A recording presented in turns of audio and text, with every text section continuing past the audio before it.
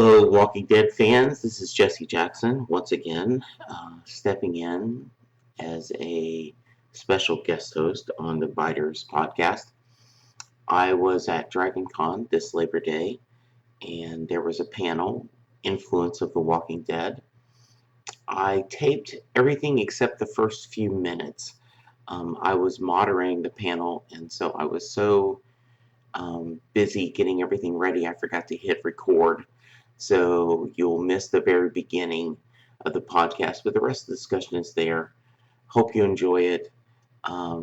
Thank you for listening. What a dummy. But yeah, so I've been reading since issue 1, and I've been absolutely thrilled with it. Even partly because I remember when it was called Dead World. I mean, I've been around for a little while. God, I'm so old. You can tell that. I have a beard like this. So, Widget, were Yes. you, as a fan of the comic, were you excited about adaptation, or were you skeptical? I'm skeptical about every adaptation. Okay. We live in a post-Phantom Menace world where we need to be braced for disappointment at all times. But I will tell you that I've been more or less pleased with a lot of what I've seen on the series, and I actually did a set visit where I did a psychic projection back to my 1984 self and said, "You're never going to believe where I am now. It's the #1 show on television, and it's about zombies." And my younger self went, "I knew I was going to be on drugs." Yes. Morgan, how about you? Okay, so my history with zombies is not actually quite that long. I think the first zombie movie that I ever watched voluntarily was 28 Days Later. It scared the bejesus out of me, and so then when I saw the trailer for The Walking Dead and I saw Rick Grimes riding that horse down Peachtree Street, I was like, no, this is not going to happen. And then I had my third baby, and I had escalating postpartum anxiety with each of my children, and shortly after I had my third baby, we had a rabid raccoon in my driveway. And somehow my postpartum anxiety got really fixated on that rabid raccoon. And well, rabies is a lot like zombies. What if there's zombies? What if zombies come and they get me? And it morphed into some full-fledged postpartum psychotic episodes where I became super obsessed that zombies were going to be in my yard. Because this is sometimes what happens when you have postpartum depression or anxiety, as it gets worse with each baby. And so then I'm like, okay, well, the only way I can really handle this is to become super prepared for the inevitable time that zombies are going to be in my yard that one time that I look out. So I started consuming as much zombie media as possible, and I started with The Walking Dead. And it was towards the beginning of the second season, and I consumed it all, and I'm like, okay, what's next? And so then I started going out and looking for other media, and as it's come along, I've really tried to find a lot of different stuff. I love And the Flesh, I love iZombie, I love the completely different take on it. And so that was kind of, I kind of came at it from a really weird angle as a coping mechanism for my temporary crazy, which got better, and then the zombie part didn't. So I'm still just as obsessed in an unhealthy way with zombies as ever, but everything else is totally better now. Good, very I nice. just want to say, real quick, I'm so sorry. If I'd known about the raccoon, I never would have gotten you Guardians of the Galaxy for Christmas. I didn't mean anything by it. I actually love raccoons. That's okay. why it was All right, so good. upsetting. Yes. Rabbit raccoons. He attacked my Rascal, mother's car. right? It was terrifying. Did you read Rascal as a kid? I did. I read everything. Yeah, Raccoon. I loved Rascal. All right, John? Thank you for asking a really great question. Because I will pay him $5 later. We all come at it from different perspectives, and since I probably have 20 years on each one of you here being so old, I came at it from a novel that really was not about zombies. It was about vampires. I was born in 1954, and in 1954, Richard Matheson wrote I Am Legend. Yeah. You probably saw the film with Charlton Heston or some of the other actors that did that. But Richard Matheson's novel I read growing up as a kid, consuming a lot of sci-fi, a lot of horror things. And when I read a very short thing in Famous Monsters of Filmland, which was the magazine that I sort of grew up on, Forey Ackerman's magazine. I read that George Romero was making a film version of I Am Legend. And I thought, oh, this is going to be so cool. But of course, the film version had nothing to do with vampires. It had to do with zombies. And that was Night of the Living Dead. And George Romero said that he was so influenced by I Am Legend that he really tried to get the rights for it. The rights had been sold off, and so he couldn't get the rights, but in spirit, Night of the Living Dead really captures that whole sense of fear, anxiety, the end of the world that is happening that you see in the book. And so Night of the Living Dead, he made on a shoestring budget, as most of you already know, and that, of course, morphed then into Dawn of the Dead, Day of the Dead, and the other Dead films that were there. And I consumed those like they were candy as well. Dawn of the Dead, I would say, that's the one set in the mall. And it's supposed to be, a metaphor for our culture, our consumer culture. I think that sets up The Walking Dead keenly for us, because we have a complete group of strangers. They don't really know each other, but they come together as sort of a family, and they are the ones fighting off the zombies who are attacking them all, and that's an incredible lead-in then to the comic books. And I met Robert Kirkman many, many years ago at the San Diego Comic-Con. I've been going for many, many years myself to the Comic-Con, and he was really no one at that point. He had done this comic book, and again, it was called something different than that. Didn't you just say it earlier? Dead World. Dead World. Well, that was a completely different comic book. Okay, yeah. And so, that led into the series that he has. And even to this year, Kirkman was there talking about The Walking Dead and, the plans that he has for the comic book, as well as what he knows about the series. So, terribly fascinated with The Walking Dead. I watched the very first episode and was hooked ever since. And of course, bought them all on DVD like everybody else does, and continue to follow them. What's interesting to me is I would never have imagined zombies in the Game of Thrones world. Yeah. But it works. And so, I have these 2 zombie shows that I follow now, among others. So anyway, that's my start with it. So I am not a fan of horror. I do not like being afraid. I read, mostly, I love superhero comics, and I love Hallmark Channel movies, and I am just totally, I grew up, I am just a few years younger than you. I was born in 1959. Right. And so, I grew up watching Walt Disney movies, and I want a happy ending and everything. And, I had bought into AMC's, the quality of them doing. And I was listening to Tuning Into Sci-Fi TV, one of my favorite podcasts, and they were all excited about The Walking Dead. And I said, okay, well, I'm going to try it. And I certainly, I was a fan of Stephen King. That's the only exception I had in horror, is because I loved all his pop culture references and everything. And so as I watched the first series, I went, this is really good. It isn't what I normally want, and it isn't my genre, but sometimes something is so creative and so well executed that you find yourself being drawn into it, despite that that's not my thing. And so that's how I got into it, and so that's why I was curious. I've not read the comics. I really have no interest to go read the comics, but I am, I'm engaged and really have enjoyed the ride.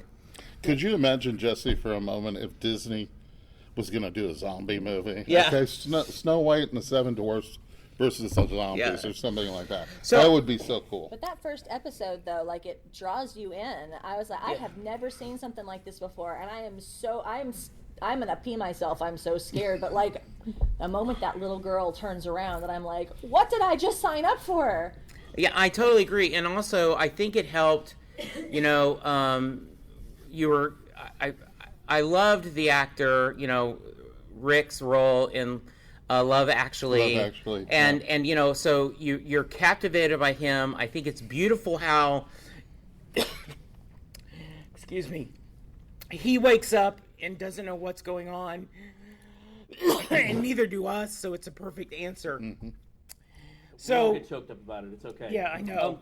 Jesse, maybe to give you a second to breathe, I'm curious, when you say it wasn't your genre, but you were drawn in anyway, was it perhaps the characters and the quality of their portrayal, their stories that drew you in, that hooked you? Absolutely. You know, there's people who watch The Sopranos because they want to see people get whacked. And there's other people that watch because they're fascinated by Tony's, you know, how do you be a good father, you know, a so-so husband, and then a business leader, and with all these different things. And so the characters definitely is what got me into The Walking Dead and kept me, and who I liked, and the characters change and they grow.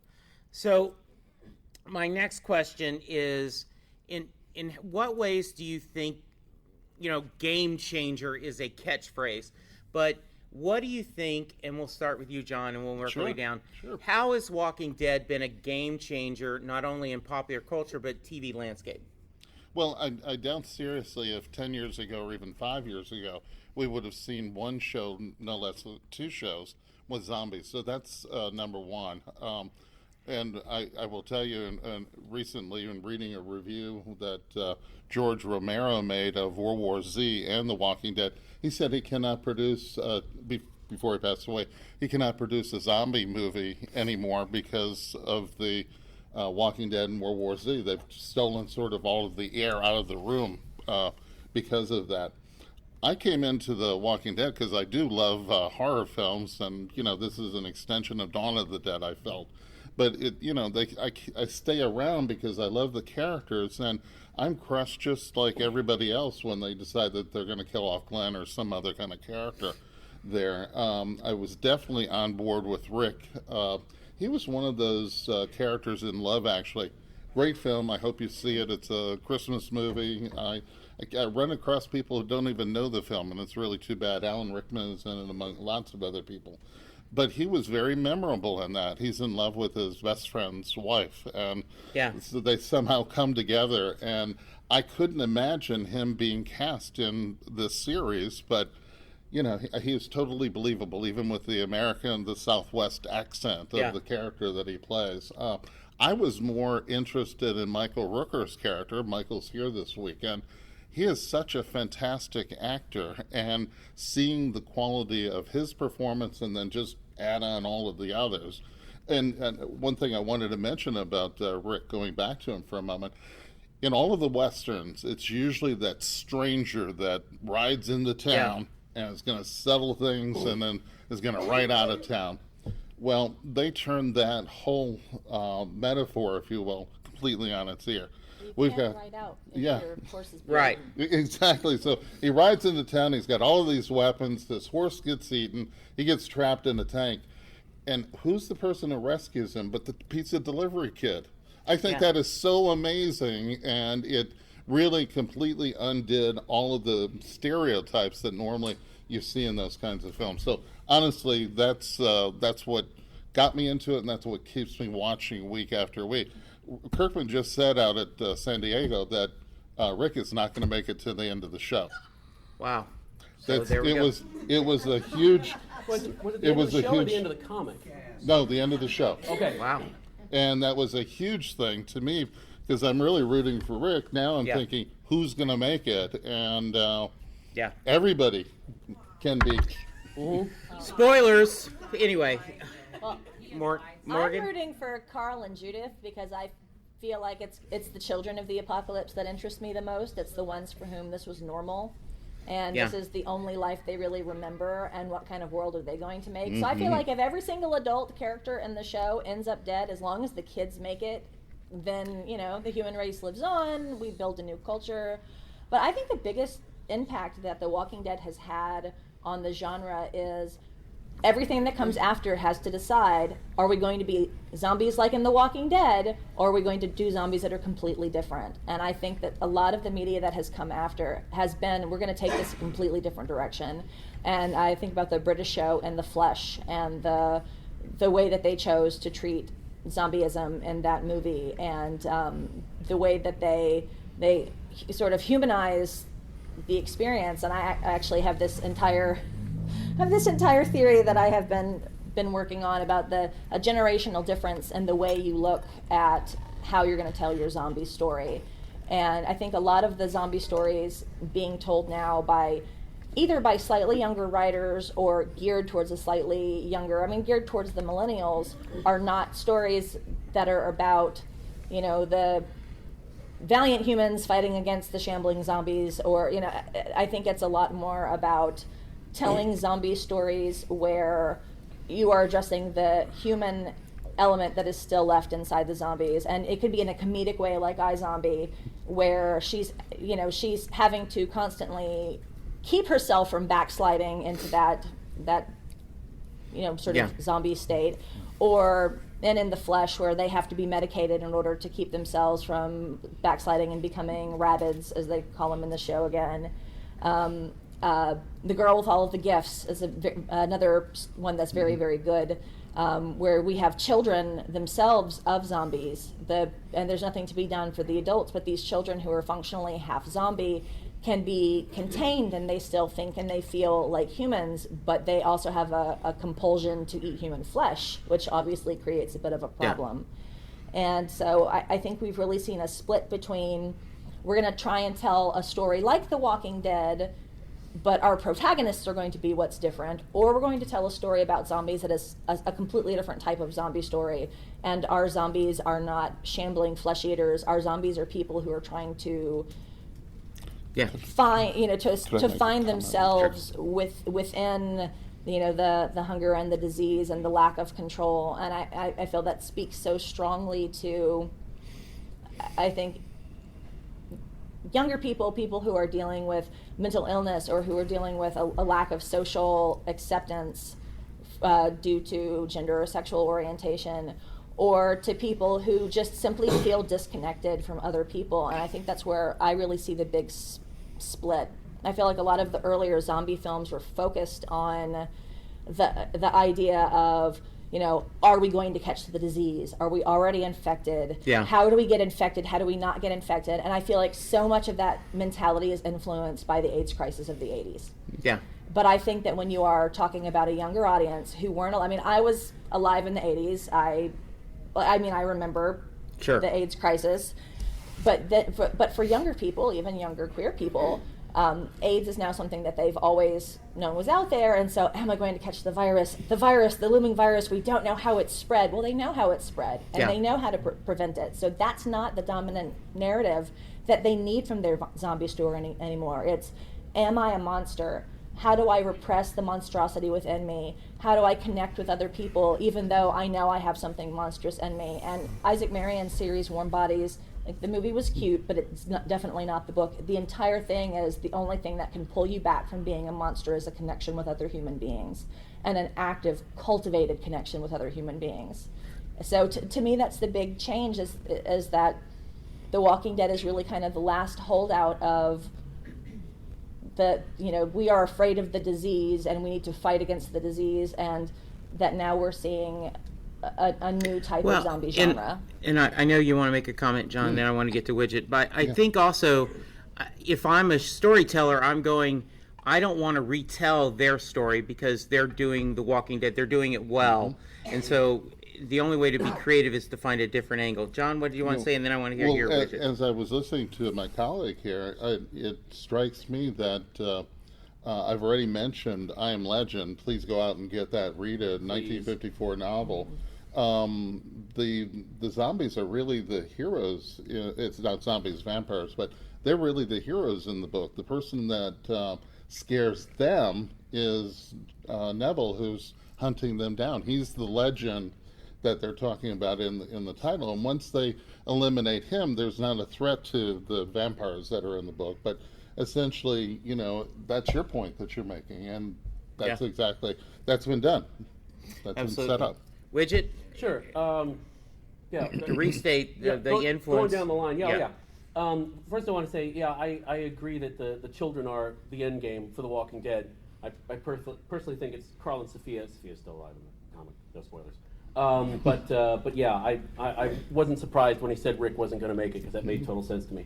The other thing, what's that? It's passing the baton. It's passing the baton. And Right. he's already said it's going to be like 300 issues, so that's a long time for Rick to get bits chopped off of him. Anyway, the other thing I wanted to speak to was you had mentioned The Sopranos and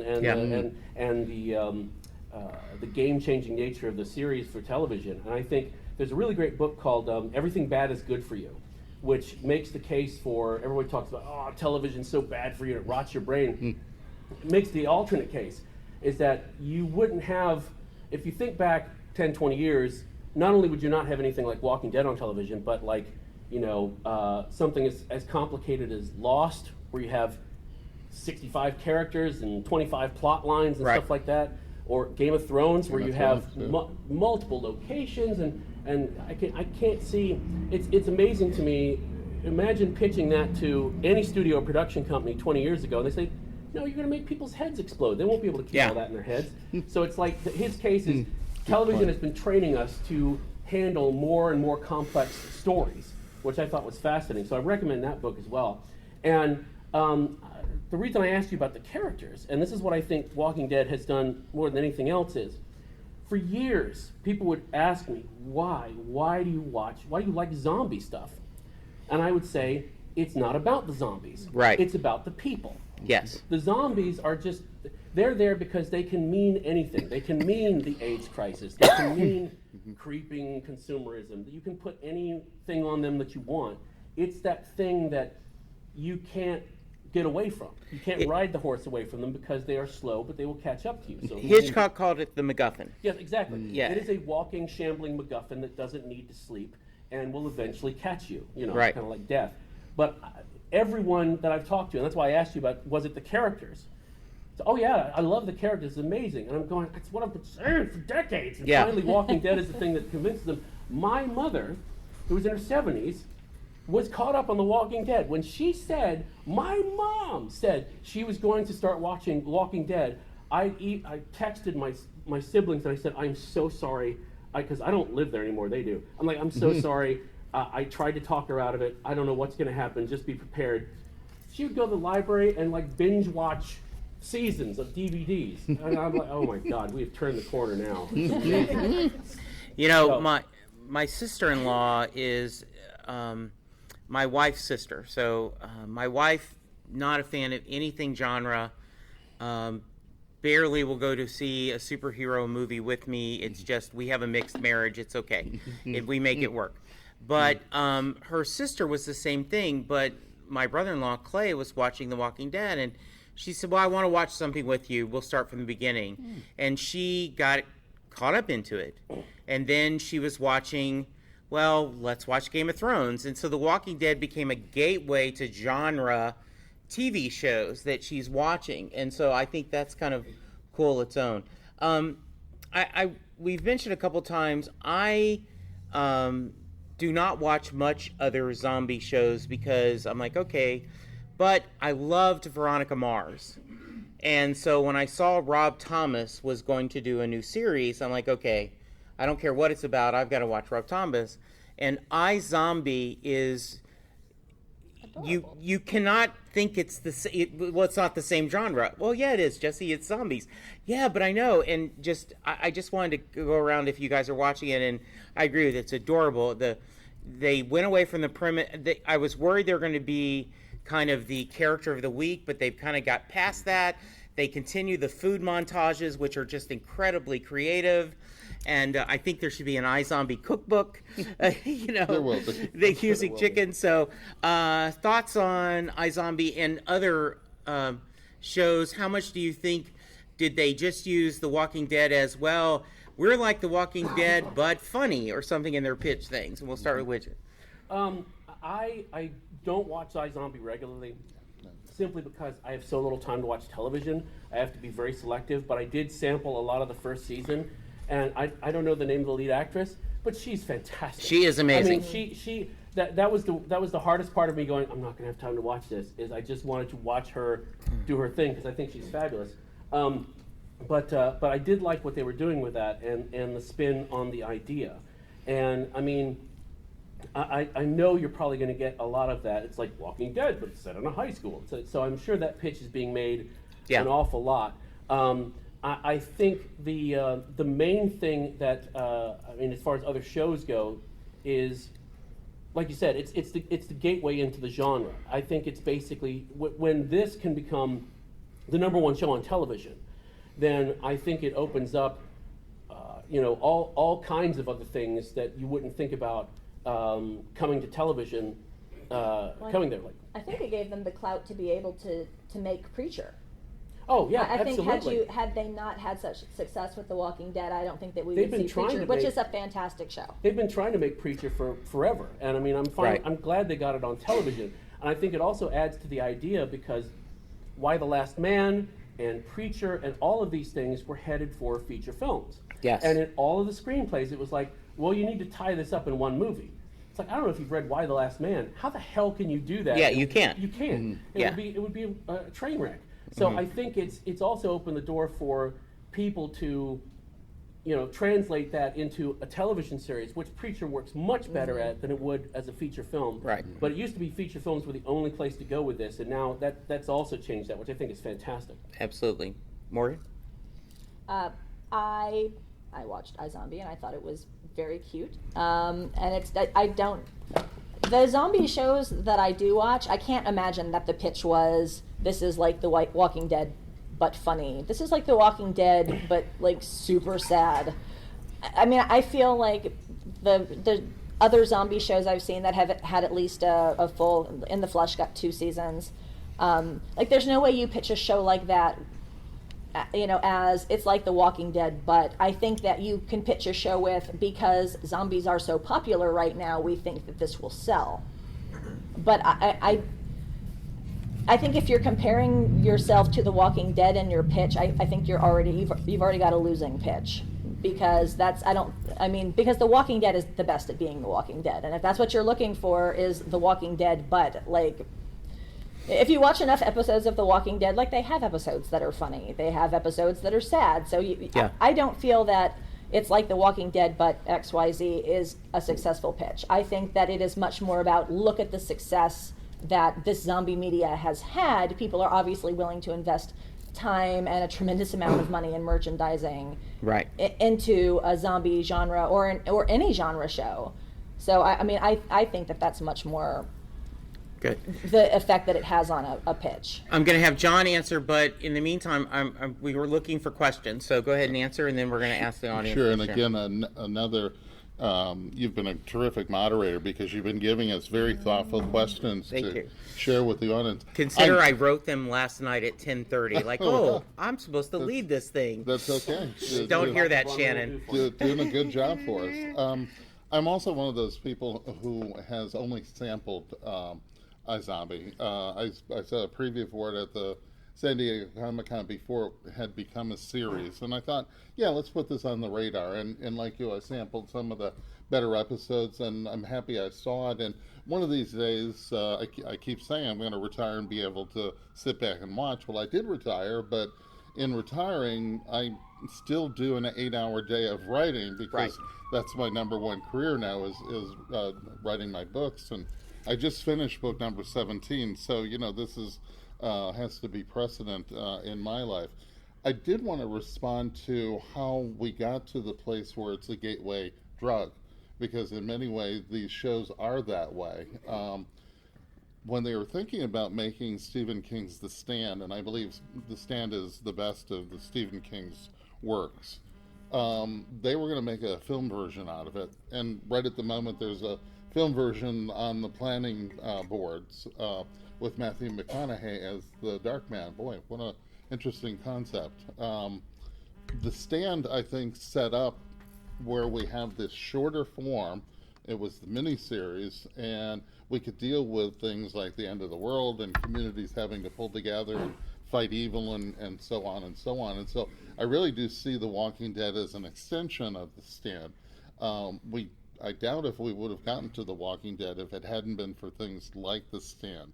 And so, tremendous fan of The Stand. And I'll go see the movie if they make it, but I don't think it can be any better than the original miniseries that was done. And Of course, I watch Game of Thrones, but that's only on for, 7 or 8 weeks during the summer. So, you can get by with watching shorter forms like that. Well, I will tell you, John.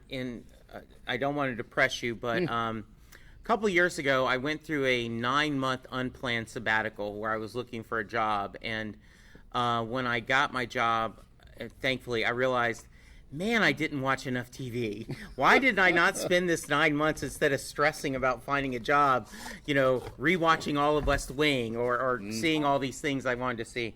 I want good questions, but I wanted to share a story. We mentioned George Romero, and Penn Jillette on his wonderful podcast talked about how he adored the man, adored The Walking Dead. It meant everything to him, and he agreed with you guys. It's not about zombies. And he wrote a email to Romero saying, "I hate you. You are premiering your new movie in my city, Las Vegas, at the very time I am on stage doing the Penn and Teller show. To the idea that your new movie is in my town and I can't see it drives me crazy. I hate you so much." And so Romero sent an email back saying, I know you hate me, and so I really hate to do this, but would you do a favor for me? He says, I need to show the movie that afternoon in the actual theater so I can test the sound and the film and everything. So I know you hate me, but is there any chance you would have you and some friends who would want to go watch this to be my guinea pigs?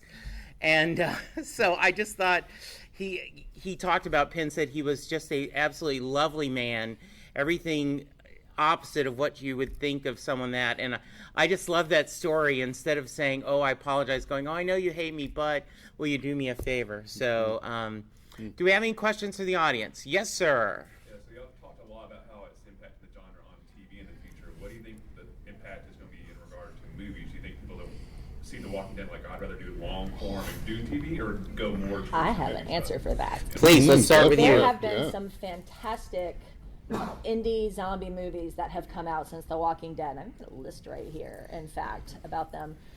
Some more indie than others, but I mentioned The Girl with All the Gifts a little earlier, which is based on a novel, which is also excellent. The Battery, if you haven't seen that, is about 2 baseball players who were on the same college ball team, didn't know each other particularly well, but they're the only ones who didn't turn. And it's just the 2 of them trying to survive in the apocalypse together. And Here Alone, which won a Viewers Award at Tribeca. So I think that there are definitely still long-form zombie stories being told, but they're very much centered on 1 or 2 characters who are very isolated. And the story is, it's like we've talked about, it's not always about the zombies, and it's about like them dealing with the crushing isolation. But there are definitely still long-form zombie movies that are being made that are being very well received critically.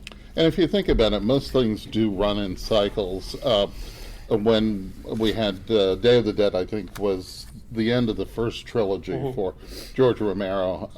We practically, all the zombie movies just disappeared, and it was several years before they remade Dawn of the Dead. I think that sort of launched us into this next stage of zombie movies. And I suspect, since there is such a large canvas that exists there for The Walking Dead, and of course now we have Fear the Walking Dead, we could tell lots of other stories on that canvas. And whether it's in the same universe as The Walking Dead or not, there are plenty of other opportunities. But again, don't be too disappointed if it disappears, because when it does, it comes back even stronger.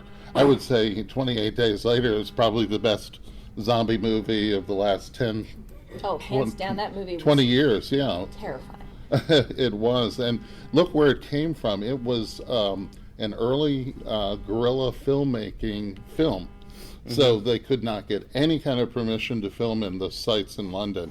And they would drive up to a site, they'd jump out of the car, they'd start filming, and when they saw police, they jumped back into the car and drove away. And that's how they were able to get all those amazing shots. And that's not how it was done for Charlton Heston and the Omega Man. They actually filmed on Sundays in Los Angeles when there were not any people around. Oh, so I think the zombie genre can lend itself very well to a low budget film, because I think one way that they're doing that is that you just don't see the zombies very much. Like, you hear the noise in the background, you don't, and Here Alone, which is a remarkable film, you don't see a single zombie until the final scene. And even then, I feel like it would have been a better movie had you never seen them at all and only heard them in the distance. So you can use zombies as a storytelling mechanic and make these movies very, very cheap, and they are scary and they are good, and you feel it with the protagonist. Well, it goes back to Steven Spielberg doing Jaws, right? The mechanical shark didn't work, so they had to be creative and made a better film. Widget, did you have something to share? Sure. First of all, to your question, but first, I'd also add to your list, there's a short film called Cargo. I have it on my list, literally right here. Which is freaking amazing, and if they had given them the World War Z movie, we would have gotten a World War Z movie. Yes. And I would also add The Dead, which was two guys decided to go and shoot a zombie movie in Africa with locals as the extras, as the zombies. And I did an interview with them. They're insane. What they, you talk about guerrilla filmmaking, in London. The stuff that, imagine if you're trying to put zombie contacts into people who have never worn contacts before in the middle of a desert. Oh, wow. They're insane. So those two I would add.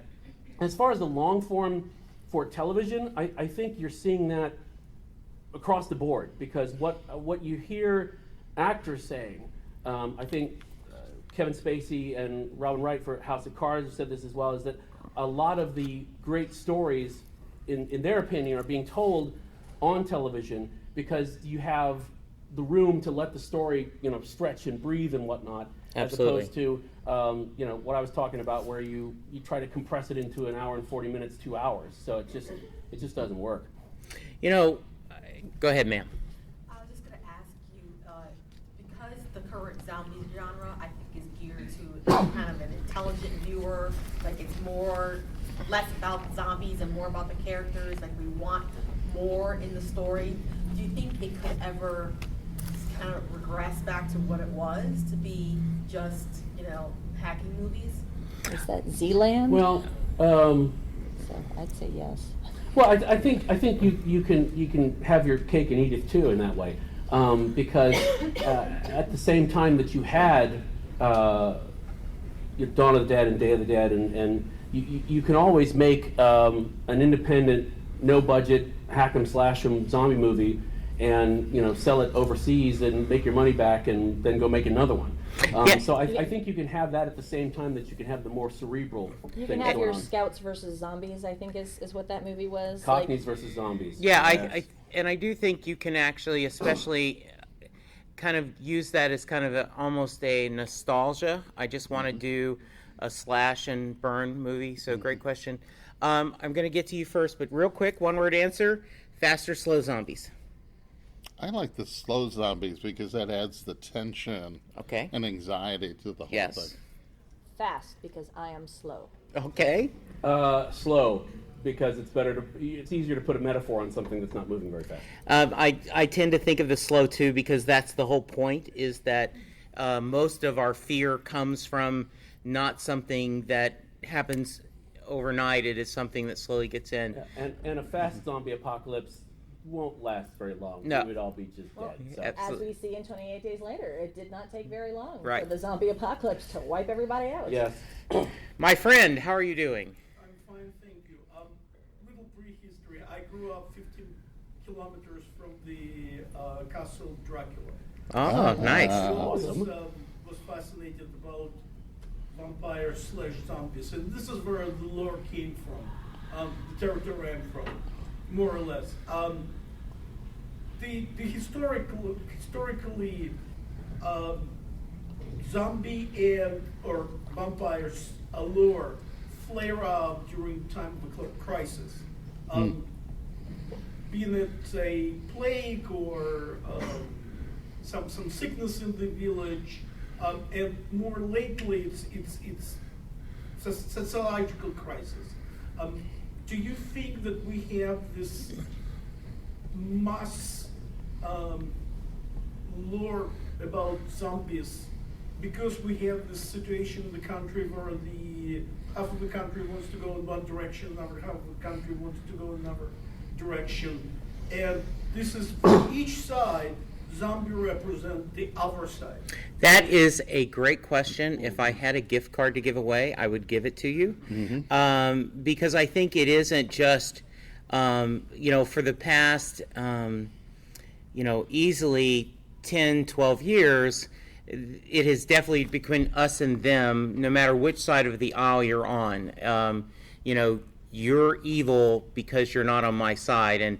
And politics has been very much about following the uniform, the laundry versus, hey, we both want this, let's find a compromise. So great question. What do you think? We'll start with you, John. Well, actually, let me not speak for myself at this point. I have this wonderful quote from Kirkman again, sitting, through his panel at Comic-Con. He said, it's a story about survival, number one.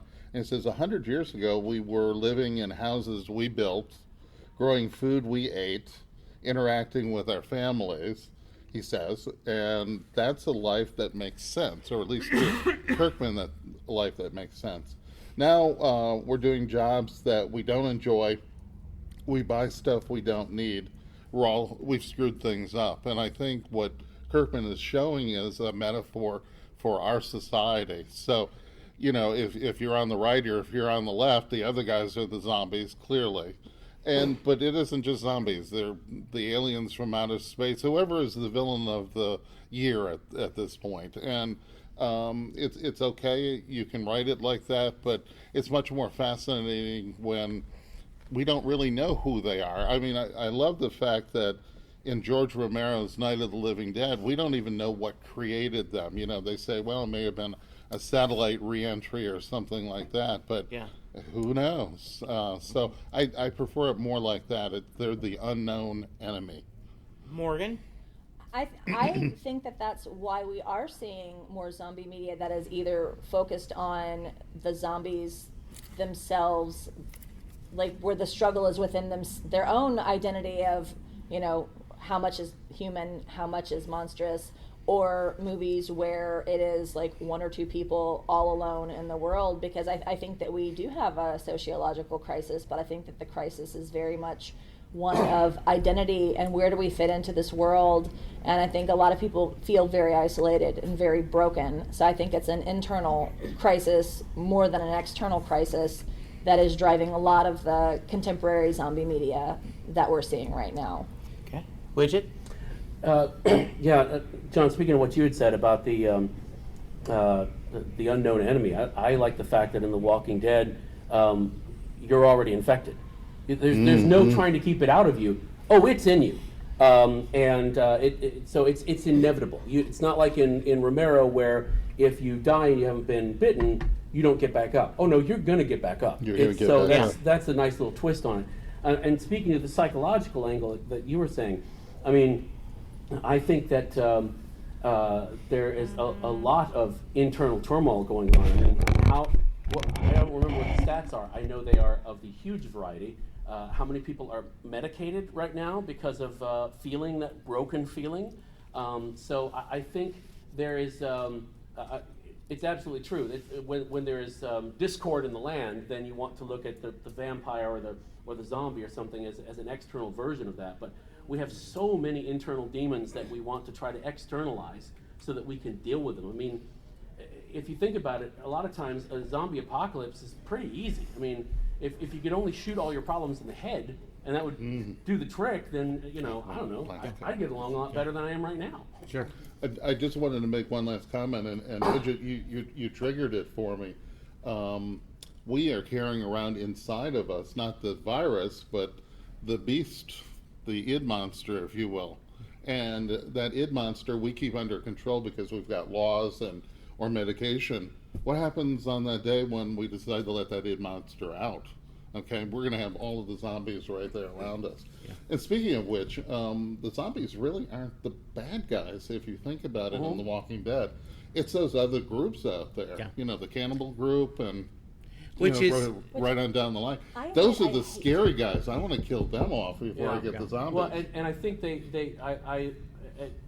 complete trauma of the whole Negan sequence with Glenn and so forth. Jeez, What struck me most about that was, as they're driving off at the end of the episode, Rick looks in the mirror, and behind him he sees a zombie get down and start to eat what was left. And I love that symbol of, oh, you thought that was the problem. Oh, that's behind you. Yes. When do you see what you're driving towards? And Yeah. that to me was an incredibly effective way to end that episode. So- I go ahead. hate the person-on-person group thing, though, because I do too, but that's the world. But it's That not is, the that world. is. But it's not the world. In real-world times of crisis, yes, you do have individuals who will take advantage of that chaos to loot or commit other crimes. But what you usually see when you have a huge crisis is people pull together. Look at the way we pull together for hurricanes. Look at the way that we pull together for terrorist attacks. I think that we don't give humanity enough credit for the ways in which we do want to pull together and take care of each other. Well, look No, at all the because- rioting that's taking place because one group doesn't like what the other group did. I mean, that's Hang on crazy just a stuff. minute. Oh, Go ahead, just sir. to say there, yeah. No, because I will give you 3 places in the world: Middle East, Yugoslavia, and the Central Africa. But those are established tribe versus tribe, though. Theoretically, in the United States, we are tribe. We pull are together. one We pull tribe. together for a And national this is very crisis. American specific. Anywhere else in the world, I came here because of war. I lived in Moldova. Moldova is a spit in the mouth, the country of 9 million people. I mean, Atlanta have now, 7? We're talking about the size of Atlanta, the whole country. And this country was trying to split itself in 3 different parts. Yeah. And the people in the street was literally fighting each other, not physically fighting, but it was a point where you would feel that somebody would start shooting in the street. So you're talking about very American specific, where everybody jumps up and starts helping each other. The world is very much different. Well, The world is very much us against them. You speak in a different language. You are other. You are not us, so I will fight you. Doesn't And- matter what. You're Yeah. family to family. Like in Yugoslavia, there was examples in Yugoslavia where one was a Muslim and one was, like, wife was Muslim and the husband was Christian, and they were fighting across the yard. Yeah. Like with rifles. But if you were to drop zombies in the middle of that, Doesn't would make the any do, difference. It's do you still the do you groups. still feel that the 2 groups would be trying to kill each other and just, well, let's not worry Yes. about the zombies, let's Yes. focus on Well, and I think what would happen is, and I do think that's where the show is taking, is you start worrying about protecting your own, and versus thinking broadly enough that we're all the own. It's like Jon Snow. We're all in the same group, the We've breathing only ones. had 2 years, roughly, that have Yeah. passed in Showtime. That is not enough time for these people to have formed into highly developed I think garbage people cultures Well, in 2 years. Okay, that was in the television show, and 2 years, we're having cannibal Okay, cultures I and know garbage there's- people. Come on. You can't go straight to Mad Max Fury Road in 2 years. I totally agree, and that was in the television show, and someone wrote that one on crack. But basically, you do have situations where you have like Katrina or Harvey, where people can come together, and I think that's more of an example of good leadership. You also have examples like, what was it, the Carnival cruise ship that ran aground and was stuck for 5 days, and after 2 days, people were crapping in the hallways and trying to eat each other. So Yeah. I mean, it all depends on Right. on a number of different factors as to what could happen. I want to be optimistic like you are, but I have read too much horror Do you fiction. know, Ronald Reagan said when he was still in office, what we really need to have unite the world is to have an alien invasion, because suddenly we would all come together. Of course, I he also don't, had Alzheimer's. I don't think that would happen. I think we would have these divergent groups. In fact, there would be sellouts to the aliens. Okay. And so, I think it's idealistic to think that people are going to come together. if we could come together. We're it'd be getting nice. close, and I have one more question, but go ahead, ma'am. I just wanted to add to this. I think it's not necessarily, I agree with you and I agree with you, but the difference is that it's the leaders. It's all about the leaders. People, they do want to get along. They do want to help each other. Let's have Rick as our next president. There we go. Whoever's leading is the one that makes the decisions. Yeah. So if your leader is warped, then the society is warped. So, I one last question for the panel, and then I want to give everyone a chance to promote where to find them. But I think the other influence that this show has had is Talking Dead, because not only has, but now then younger, and I see all these shows have a post-show either on the internet or on a YouTube channel or something. So, one just a quick thought about that. So, Widget and yeah, I mean that's not only has it given Chris Hardwick more shows. yes, than he knows Chris what to do Hardwick with. has gotten a career. Yes, but yeah, that they have figured out a way to create another hour of content without having to spend a lot of money. So yeah, you're going to see more and more of that because it's easy content. Yeah, and it's and I think for those of us who are, I would have loved a Talking Lost after each episode, and so Absolutely. Morgan. I think that this is, people talk about things being fan service. This is like the ultimate fan service, because if there's one thing that a fan loves to do is spend an hour immediately following the thing that they watched, talking it to death. Yes. So, I think that they have figured out, we are not just making these shows for the casual viewer. We are making these shows for people who want to obsess over this, buy all of our Funko Pops, who want to go to forums and talk about it, who want to write fan fiction about it, who want to email photographs or send canned possum meat to Norman Reedus.